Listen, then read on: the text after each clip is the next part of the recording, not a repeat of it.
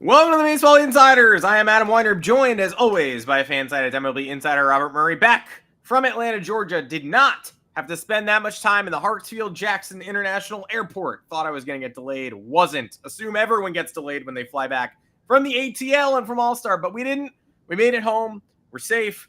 We've got a second half upon us, and we want to sort out the way that some bubble teams are currently planning to handle the trade deadline less than 2 weeks out. Robert Murray, thank you for joining me. Thanks for helping out. And we're also going to have a special announcement for you people in a couple of seconds. No, that we are. It's very exciting news, but good to be here with you, Adam. It feels very nice to be back in Scottsdale. I missed my puppy. My airport trip was very entertaining, to say the least. Imagine trying to go hop on the Atlanta train there, trying to get to or just being on there, trying to confirm a trade, which turned out to be Adam Frazier going to the Kansas City Royals. We can get into the details of that in a little bit, but I just want to dive into that one right away because that was fun. But good to be here with you, Adam. Happy Friday. How we doing? Happy Friday. It's a vibe for sure. We do want to talk about that. It was weird. Yeah, it was weird leaving you, like saying goodbye, then getting to the airport, and then getting a notification from Robert Murray on Twitter that a trade happened. I was like, we didn't talk about this. I mean, you got to clear these with me before you break them. No, That's you don't. True, and I didn't. That's a bad friend, bad teammate. Yeah, I should have. I got a big Cam Devaney guy, and I wish I would have known that he was changing teams. But the trade season has begun. The sellers we knew were sellers are certainly selling. The Pirates got it going early. They've got more in their coffer as well. We're going to talk about all that, plus the teams that could change the trajectory of the trade deadline. But before we get into it, want to make a special announcement. If you are a fan of the Baseball Insiders and you are in the Chicagoland area, you should probably come by the National Sports Card Convention Saturday, August 2nd, Sunday, August 3rd. Both Robert and I will be there in person doing live podcasts on the stage at the National Card Collecting Convention. We're going to have great guests still unannounced, so stay tuned for that. But we want to thank the National for hooking us up. We are going to be live on stage twice that weekend. So if you're a collector, memorabilia seeker, autograph hound, come down to the show. Come see the Baseball Insiders, 10 o'clock a.m. Central on both Saturday and Sunday. Get your autographs. Come hang out with us. Watch the show live. Robert, we've never done a live show before, and we're doing 2. Is that a good idea?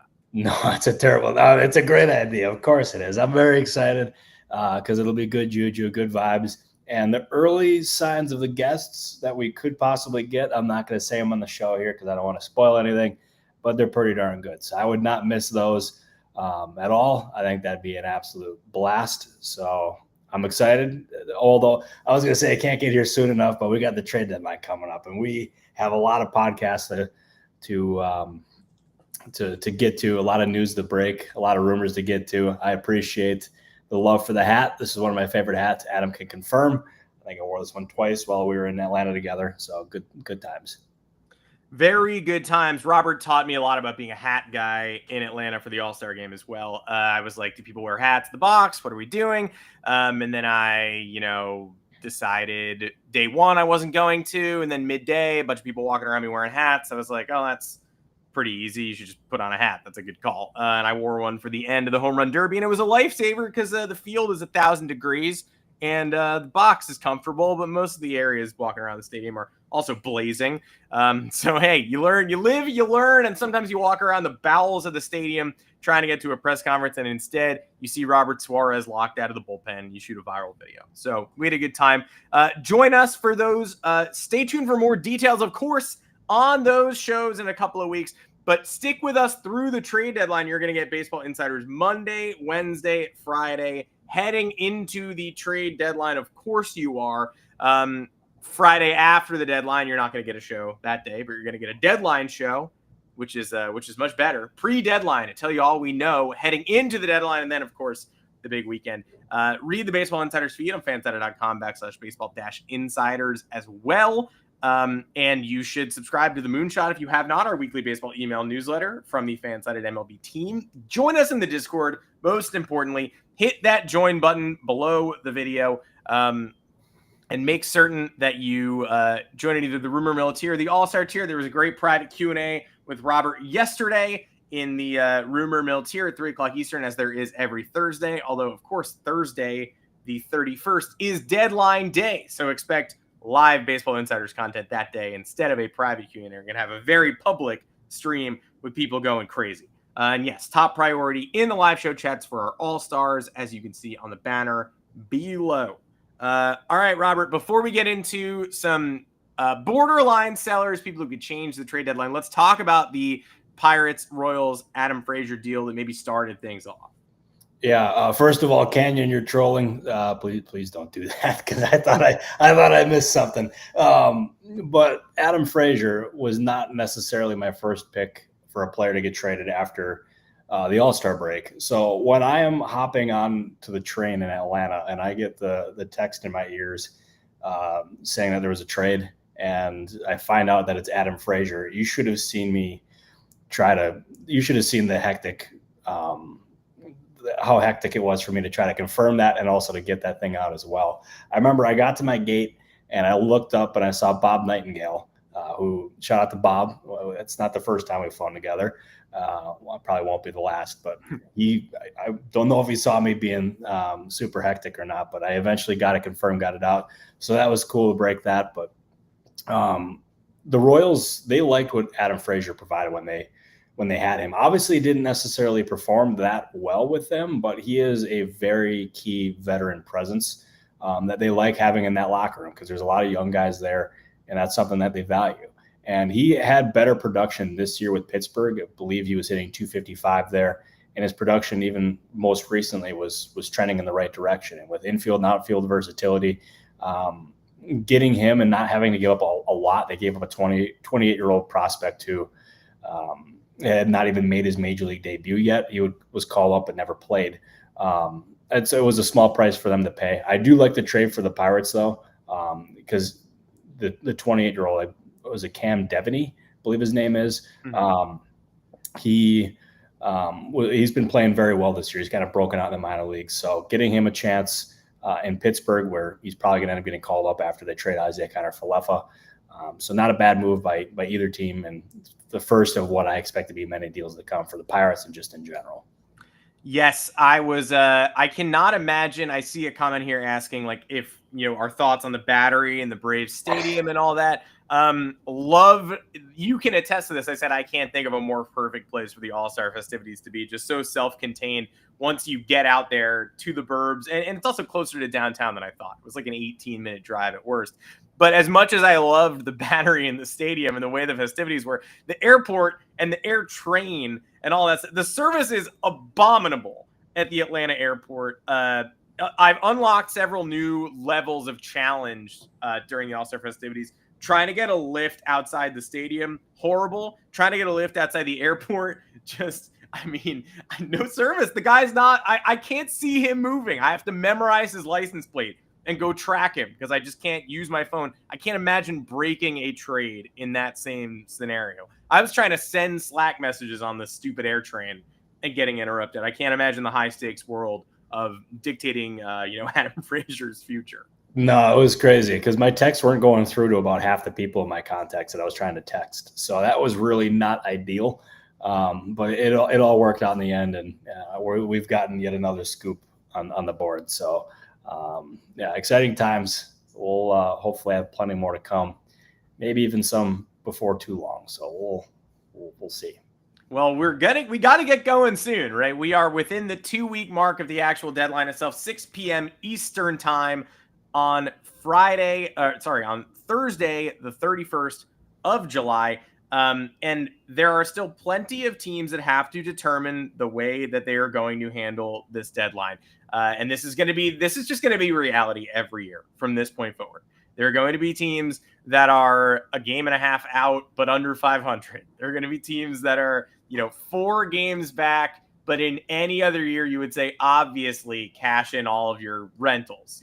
Make this, especially in a seller's market. Like this year, finally, we have, teams in purgatory. Some did some distancing of themselves before the break. Some are still stuck And some teams made some interesting comments and some players made some interesting comments during the break that maybe changed the way they're perceived. But I wanted to go over a few of these bubble teams, definitely 5 that stand out to me, and talk to you about the direction that you're thinking they'll take. And I want to start with the Red Sox just because they feel like the most obvious one. I mean, we could have told you a month ago that they planned to, there was never going to be a Red Sox fire sale, right? But the 10-game winning streak, they finally calcify into the contender that we all knew they would be if the players on the roster just started playing the expectations and surrounding.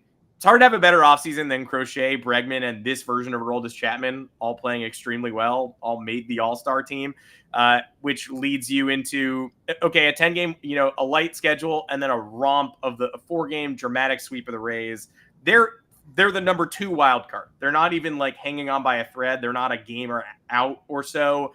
They're 8 games over 500. So they're sellers, but they're buyers. They're not sellers. No. But that has not stopped the Jarren Duran trade talk from sort of percolating. So how do you anticipate them handling it? And would it be fair to take Duran off the market at this point? Or are they still looking to be creative?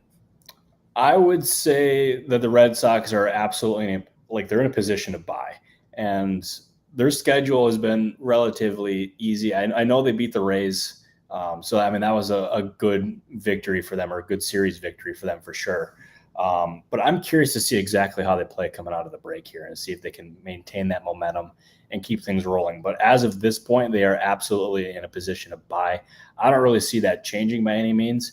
But as far as what their plans are, you got to look at first base. That's got to be a priority for them. And they can go a couple of different ways there. Josh Naylor really stands out as a potential fit for, just for them or just any first base needing team that's on the market. Ryan O'Hearn could also make some sense there as well. So those are 2 guys that I could see absolutely being on their radar. But as the rest of it goes, pitching for sure is going to end up being on the forefront of what they're looking at as well. Going to Jarren Duran, this one is a really interesting one. Is they have an abundance of outfielders. I think that's perfectly clear. They're not shopping him by any means, but they're listening. And that doesn't mean that they're trying to trade him. They're trying to see exactly what's out there and what they can possibly get in return. And if they end up getting an offer that is too good to pass up, I expect them to take it. And there is interest for sure. The Padres, their interest is very well documented and it's real. But we have not gotten to the point yet where they're close to trading them. It's far apart at this point. It's not a guarantee to happen. I don't even know the likelihood of it happening, but there's plenty of interest there, so it's possible. But the Red Sox are definitely going to be in the business of buying over the next couple of weeks. I'm not shocked at all. The Minnesota Twins are the team that we talked about this on the last show a little bit, where especially because in your notebook you had some reporting on Joe Ryan, but when we were going over your column in the box, you were like, hey, just check this out, and you had a little snippet that was like the Twins are 4 games out, whatnot, at 47-49, their future's up for grabs. And I was like, check the record. 47-49 is 5 wins higher than I thought the Twins were. And no, it's accurate, right? That they are 47. Hang on. Oh.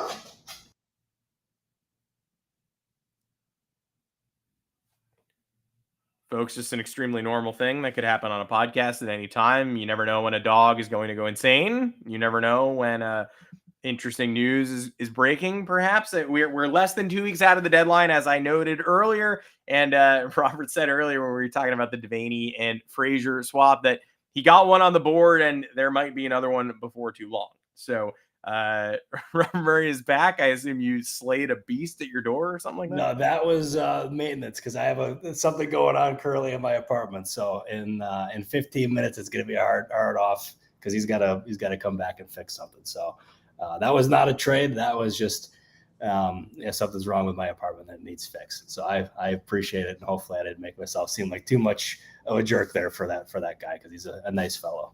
It seems like a nice guy. We would love to have him on the podcast someday, and maybe we will.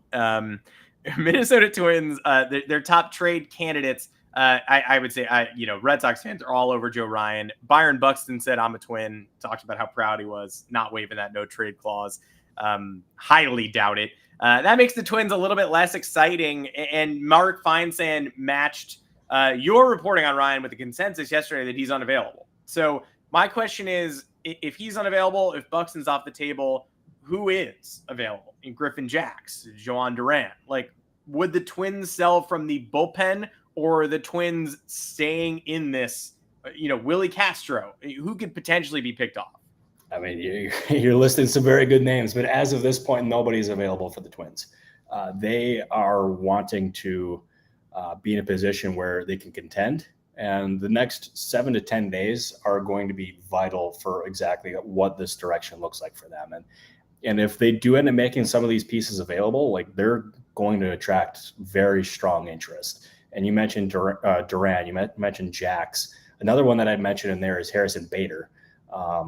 And because teams are always looking for outfield help, and he's very good defensively. He's managed to stay healthy this year. He's put up, I believe, decent power production. I really was not aware of it that much until Scott Braun mentioned it to me while I was on foul territory yesterday. So good shot by Scott, who is a lovely human being. But the Twins, as of this point, they have not had a single conversation about selling with other teams. And going to Joe Ryan here, like, obviously teams are going to want him for sure. But I would put it as pretty unlikely that he's going to be moved, because they value him immensely. He's controllable. He's put up very good numbers for this year for them. And they're just not in a hurry to move him. But they will listen, because that's what all teams do. But I don't expect him to go. The Diamondbacks, probably the team that can command the deadline most. And we're now starting to see the names portioned out a little bit. Maybe a Merrill Kelly homecoming in Houston, Zach Gallen in the East Coast. They survived a Eugenio Suárez injury scare that you and I watched in person. Suárez said something about how he'd enjoy a reunion with the Tigers and it would be meaningful to him. So it's starting to feel a little bit like the Diamondbacks are more all systems go and acknowledging their reality. But what's your read on their situation with all of the enticing pieces that they have? Yeah, the Diamondbacks, they are not ready yet to say that they are selling. They're still they're still wanting to be competitive, at least this year, and just maybe even next year as well. And Mike Hazen has really just gone against. He's not been a fan of the big rebuilds, and that to me would signal that some of these pieces are going to probably stay in place. Like, we even saw Ken Rosenthal mention that the Diamondbacks only want to move one of their pending free agent starting pitchers between Zach Gallen and Merrill Kelly. Obviously, they have bullpen pieces, and I don't think the Shelby Miller injury is overly serious there. So maybe he can still go despite the forearm strain. I mean, there's other pieces as well. Josh Naylor, some other players on offense there. So there's definitely pieces for them to consider moving, but I don't expect all of them to be moved, because I get the idea that they still want to compete next year. So that is my current read on Arizona. But if I was them, and this is just my own 2 cents, is I would consider a very big reboot here, because they obviously have plenty of talent on that roster, but trying to maximize what you can get for those pending free agents. And who knows, maybe you can even still get some of them to come back in free agency. That's not an unknown concept by any means. But to me, they should consider it, but I don't think they're going to end up doing the big rebuild. Here are my two bubble sellers that intrigue me the most now, and I'm going to start with the Rays, because what a whirlwind the Rays season has been. It's easy to forget baseball is a long season that also moves fast and leaves, teams and players in the dust. Right now, we're talking about the Red Sox as the most obvious buyers of all time. They're on a 10-game winning streak, and they have a star-laden roster with youth, and the AL is up for grabs. So why wouldn't they go get a number 2 starter? The Rays were the Red Sox a month ago. They couldn't lose. They never lost. They were going on the road and sweeping series. Like, they were in Kansas. As Yankees fan, we're trying to hold them off, and they win every single day. They cut that deficit from 7 to 5 to 3 to 2. They never lost. You had to win to keep them at bay, and now all of a sudden they are 3 games over 500 and out of the playoff bracket, not the playoff picture, but they're behind the Yankees, struggling Yankees, Red Sox, and Mariners in that 3 spot. So. Do they believe in their ability to get hot again and climb back into the race, or are they thinking about selling Pete Fairbanks, they seem to take Yandy Diaz off the market this week. Seemed to, but you never know. So what's your read on the Rays, who hybrid it better than anybody else, basically? Yeah, if you would ask me that a month ago, and now that I think about it, I think you may have asked me that a month ago. Probably did, yeah. I would have thought doing a mix between buying and selling would have made the most sense considering their history. But with this new ownership change happening there, I could see them leaning more toward buying than selling. And maybe a potential sell, if they do move a piece, could include like a Taj Bradley type. Although, like, I've seen the reports about him possibly being available. I've gotten mixed signals on that. I mean, it could happen, but the mixed signals to me are kind of telling. And the ones that I'm getting mixed signals from, I trust them a lot. So I think that's something to keep in the back of your mind. But looking at them, I would expect to buy. Maybe not getting like an elite big piece by any means, but going out and trading a draft pick as high as they did for Brian Baker, that I don't see them selling big if they're going to go out and do that, because that's obviously it helps them win now, but also in the future. But yeah, I don't know. I don't expect them to do much, if any, selling there. And Ian Seymour, I don't know if I've ever seen an Ian Seymour or a bigger Ian Seymour fan than you, Uncle Ted. But he is someone who I know is very well liked throughout baseball. And he did come up earlier this year, so you never know. I mean, maybe that was a showcase. You never know with Tampa Bay. You mentioned the flip side too, that they traded for Brian Baker early, even predated the Adam Frazier deal. Easy to get that lost in the shuffle. Ahead of the draft, netted the Orioles yet another pick. Congrats to them. But the current consensus seems to be that the Orioles are the team that's going to sell off the most major league pieces. There's no confusion there about whether they sell. It's just exactly how thorough is their sale going to be. Are they going to be the team like the Rays last year? Are they going to trade Zach Eflin? Put him on the move again. What is your read on the Orioles at this point? Just no holds barred. No, they're 6-4 in their last 10, and they're still in last place in the division. And I don't expect them to get to the point where they can end up coming back and kind of salvaging this season. And to me, they got to be real with it. And for me, that would include trading Ryan O'Hearn. That would include trading Cedric Mullins in any player who's on an expiring contract if I was them. And that could be a pretty epic sell-off. And I don't expect them to move like their big bullpen pieces by any means, like a Felix Bautista. I kind of don't see them going anywhere, but they will listen, as Ken Rosenthal mentioned the other day. But they are definitely in a position where I would call it between the Orioles. I would look at the Diamondbacks and maybe the Twins as the teams that could really kind of change where this deadline is going to go. And the Orioles are probably the most likely team of them all to have a bigger sell-off than others. So they are definitely the team to watch. And I expect Mike Elias to be real about it and be real about where they're currently at.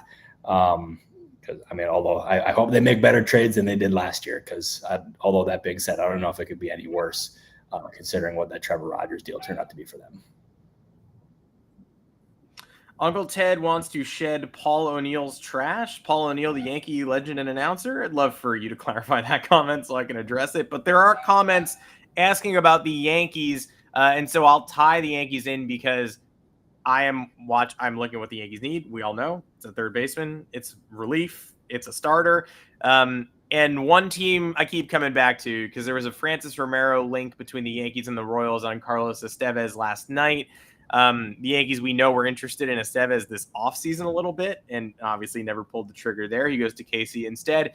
Brian Cashman likes to one-stop shop, and I don't think the Royals have a third baseman that will fill the Yankees' need, but the more I think about it, the more I can't get Estevez and Seth Lugo in the same package out of my head. So what are the Royals looking at doing at this deadline, and am I talking crazy or am I talking like normal levels of crazy? I can see the vision for sure. But that being said, I don't necessarily if you look at it here, the Royals, they just got Adam Frazier, which by any means, it's not like a huge addition. That's not going to dictate that they are going to end up buying. But the fact that they were aggressive and went out and got him, and giving up Cam Devaney, which I hope I'm pronouncing his last name correctly, or Devaney. I don't know necessarily which one it is, but I mean, you would think maybe that they still want to compete. They've invested a lot of different resources into this team. They're fresh off of signing Bobby Witt Jr. to that huge extension as well. So if you want to send a signal to that team, and especially the roster overall, that they're serious about competing, I think you continue to buy, which would leave Lugo, would leave Estevez, you leave some of those guys off of the market. And they're currently at 47 and 50 right now, which you would think that would probably have them leaning more towards selling than buying. But the Frazier deal may suggest otherwise. But they're one of those teams where we can say it again. The next 7 to 10 days are going to end up telling a lot here. We're not ready yet to definitively say whether or not these guys are going to buy or sell, or these teams are going to buy or sell. But give us a week, give us 10 days, and we will definitely have an answer. And then my sleep schedule is going to be royally screwed for a while. Then we're going to Chicago. So let's get weird. Any other sellers you want to address? Obviously, there isn't much that we know now, but any intel or buzz you're hearing, things maybe people should expect that they're not currently expecting, things to keep an eye out for, and instead of just sitting here rehashing the same teams, crossing our fingers that somebody makes an early splash. I would leave it those teams, but if I was going to mention maybe another, it'd be the Los Angeles Angels. And I wish I had information on this one, but like I said, I'm probably said this at a dozen shows previously here, and I also mentioned it on Foul Territory yesterday. It legitimately could depend on how Artie Moreno wakes up a certain morning and on what could dictate what the Angels end up doing. And they obviously have an interim manager in place. They need a lot. They are not close to contending. They're 47 and 49 right now. If I was them, it'd be clear that I would sell. But with Artie Moreno, you never really know. So we'll see. But this is my plea for the Angels. Please finally sell for once, because by buying, you're not going to get any closer to contending. You're only going to get further away from doing so.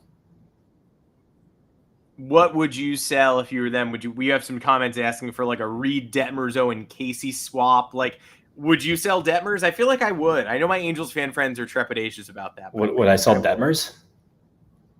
What's going to happen is if you trade them, you're going to end up just watching the guy succeed elsewhere, and you're going to like have an egg on your face. So, I know, but how many times can you?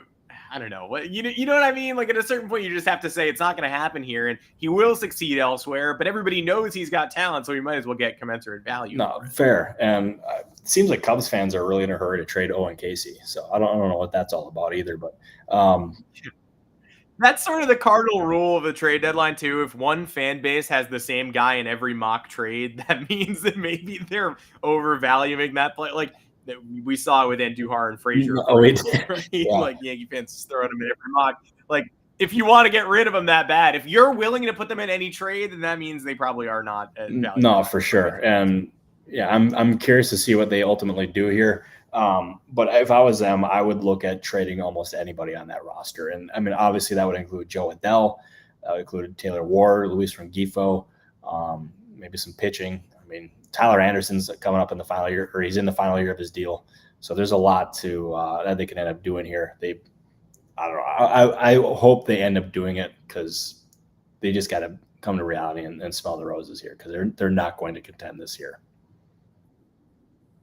For those of you joining us a little bit late, again, trade deadline, we're going to be doing 3 shows a week up until the trade deadline: Monday, Wednesday, Friday next week, and then Monday, Wednesday, Thursday. I would say we're definitely doing a trade deadline live stream that day. So stay tuned, watch along with us as we learn last minute information. And then Robert and I are flying to Chicago, going to the National, the Card Collectors Convention. Doing 2 live shows Saturday and Sunday at 10 a.m. Central to 11, August 2nd and 3rd, with great guests, still TBD announced. So just a tease, we do not have the guests yet, but when we're talking guests, we are not talking about influencers or, fellow reporters. We're talking about stars and legends. I'll use this phrase, Hall of Famers. Yeah. Yeah. So stay tuned for the official announcement there, but that is going to be August 2nd and 3rd. If you are local to Chicago, you're stopping by the card show, you want to get all of your, Zach Neto rookies graded by PSA, or you're trying to, I don't know, be a nice guy and sell Adam Weinrib a bunch of Ben Rice Topps Chromes at a discount, If you want to watch a live show, come on by. We're going to have incredible guests on both the Saturday and Sunday. So see you in Chicago. Robert and I and the Fansided Video team will be there. Anything else you wanted to mention before we sign off? I'm really hoping that the door doesn't get knocked on again while we're still in the show here. So I'm going to sign off from here. Adam, I appreciate you. Very good show today. We'll have more in the notebook for Monday. I'm excited to do 3 shows a week, at least until the deadline is over. But good show. Appreciate you, Adam. Everyone in the comments, I appreciate you. Even you, Canyon, I do appreciate you. Hunter, our lovely producer for the day, we appreciate you. And we will see you back here on Monday. I think that's a good idea. We'll see everybody here on Monday. In the meantime, join us in the Discord. Ask Robert and I questions between shows. Until next week, 3:30 Eastern time on Monday afternoon. Take care, everybody, and we'll see you later on the Baseball Insiders.